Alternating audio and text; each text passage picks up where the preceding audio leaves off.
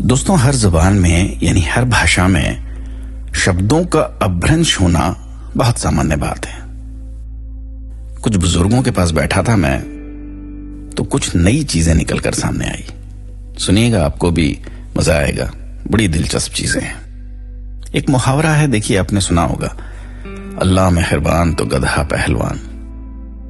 अब सवाल उठता है कि पहलवानी से गधे का क्या ताल्लुक? पहलवान आदमी होता है, जानवर नहीं। दरअसल मूल मुहावरे में गधा नहीं गदा शब्द था। गदा। फारसी में गदा का अर्थ होता है भिखारी, अर्थात यदि अल्लाह मेहरबानी करे तो कमजोर भिखारी भी ताकतवर हो सकता है। हिंदी में गधा शब्द दूसरे अर्थ में प्रचलित है। आम लोग फारसी के गदा शब्द से परिचित नहीं थे। गधा प्रत्यक्ष था, इसलिए गदा के बदले गधा प्रचलित हो गया। इसी तरह एक और मुहावरा है, अकल बड़ी या भैंस। अब अकल से भैंस का क्या रिश्ता? दरअसल इस मुहावरे में भैंस नहीं, वयस शब्द था। वयस शब्द का अर्थ होता है उम्र।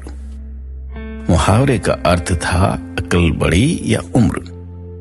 उच्चारण दोष के कारण वयस पहले वयस बना, फिर धीरे धीरे भैंस में तब्दील होता चला गया और वैसे ही प्रचलित हो गया। मूल मुहावरा था अकल बड़ी या वयस। इसी वयस शब्द से बना वयस्क। एक और मुहावरा है, धोबी का कुत्ता न घर का न घाट का। मूल मुहावरे में कुत्ता नहीं, कुत्का शब्द था। कुत्का लकड़ी की खूंटी को कहा जाता है, जो घर के बाहर लगी रहती थी। उस पर गंदे कपड़े लटकाए जाते थे। धोबी उस कुत्के से गंदे कपड़े उठाकर घाट पर ले जाता और कपड़े धोने के बाद धुले कपड़े उसी कुत्के पर टांग कर चला आता।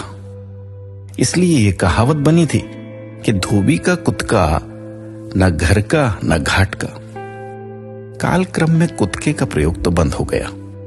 लोग इस शब्द को ही भूल गए और कुत्का कुत्ते में बदल गया और लोग कहने लगे, धोबी का कुत्ता न घर का न घाट का।